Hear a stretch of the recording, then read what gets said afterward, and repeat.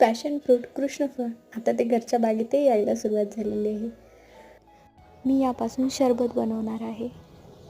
Passion fruit हे एक वेलीला येतं आणि सुरुवातीला त्याला एक छानसं असं फूल येतं आणि नंतर 2-3 दिवसानंतर त्याला छोटंसं फळ येतं. मग 20 ते 25 दिवसामध्ये फळाची पूर्णपणे वाढ होते. आम्ही तो वेल लिंबाच्या झाडावरती सोडलेला आहे, त्यामुळे त्याची फळे अशी खाली पडतात.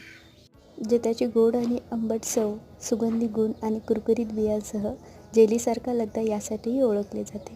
यामध्ये भरपूर जीवनसत्वे, अँटीऑक्सिडंट्स आणि फायबर्स असतात, जे रोगप्रतिकारक शक्ती, डोळ्यांचे आरोग्य आणि आतड्यांचे आरोग्य राखण्यास मदत करतात. या फळाच्या लगदा आणि बिया आपण दोन्ही पण खाऊ शकतो.